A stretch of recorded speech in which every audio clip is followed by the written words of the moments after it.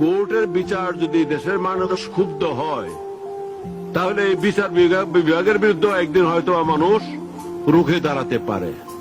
ঠিক সরকারও যদি বেশি স্বৈরাচারী আচরণ শুরু করে, তাহলে সেই স্বৈরাচার সরকারের বিরুদ্ধেও জনগণ রুখে দাঁড়াবার ইতিহাস আছে, সেটাও দাঁড়াইতে পারে।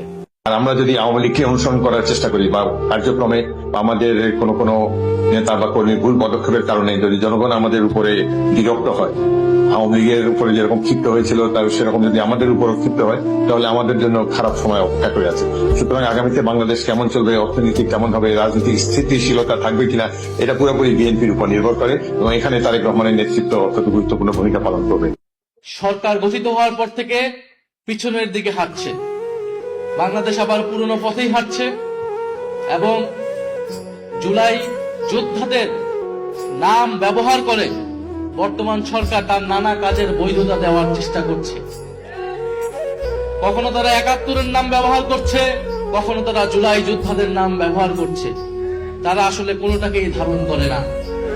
তারা সকল আন্দোলনের সুবিধাভোগী ছিল, সকল আন্দোলনের সুবিধা নিয়েছে, কিন্তু কোন আন্দোলন, কোন গণ আন্দোলনের তারা প্রতিশ্রুতি কখনোই রক্ষা করে নাই।